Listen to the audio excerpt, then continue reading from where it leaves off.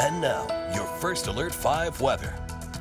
Southern half of the viewing area is experiencing some pretty strong thunderstorms at this hour. Let's take you through. We're going to start you off in southern Las Animas County. Here's Trinidad. Down to the south is Raton, the Raton Mesa. This is the New Mexico-Colorado border. So now these thunderstorms have moved across the border, but we're still looking at even a little bit of back building on the back side of here. So we're not entirely done with that group of thunderstorms. Out to the eastern side of Las Animas County we go, where we have a trio of thunderstorms, all of which are severe here, but they're all starting to spread apart. This first one is moving down to the south. These two are moving to the north and to the east, though, at around 15 to 30 miles an hour. And this one still has a warning on it until about 5:45. This one I'm keeping a particular eye on because it does have a history of producing some hail as it heads into southern Otero County. Into northern Las Animas County we go here, east of Walsenburg and Huerfano County. You can see these thunderstorms have really started to erupt here in the last couple of minutes.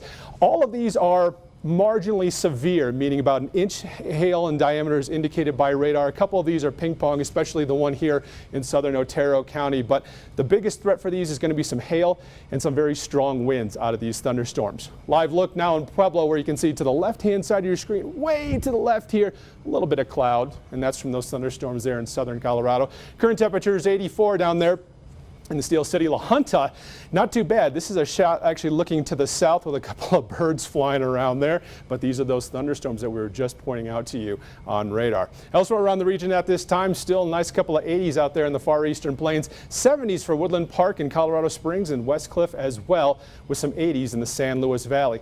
Widening things out here, you can see things kind of look a little bit quiet here. Doesn't look like a whole lot of cloud cover, but what I want to point out to you is the flow of the atmosphere, because the jet stream is keeping all of this wildfire smoke from the Canadian fires well to the north of us. What it is bringing in our direction, though, is this little area of low pressure, and you can see that's what's triggering off these thunderstorms along the I-25 corridor from Wyoming all the way down south through New Mexico. Now that's in the upper levels. At the surface, this is what's really helping to drive it. It's the combination of the two.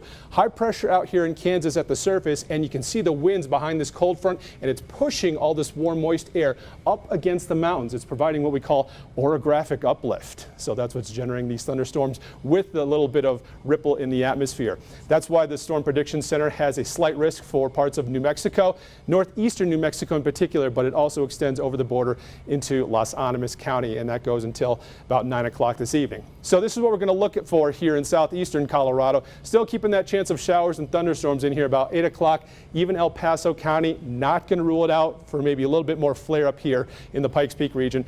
As we head towards 10:30, everything should start to come to an end.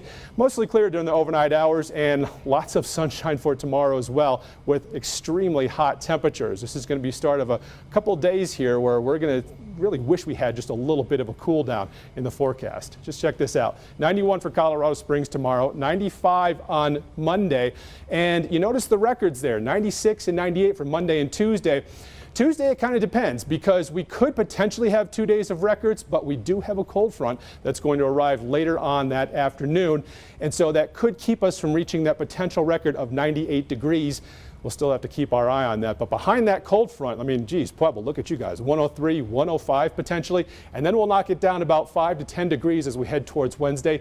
Even cooler, believe it or not, for Thursday and Friday as we really start to increase the coverage of those showers and thunderstorms all around southeastern Colorado, keeping it really strong up there in Woodland Park. Even you guys are going to get in on some of the warmth tomorrow, and especially on Monday with a high of 86 degrees. Andy? Tim, we're going to head up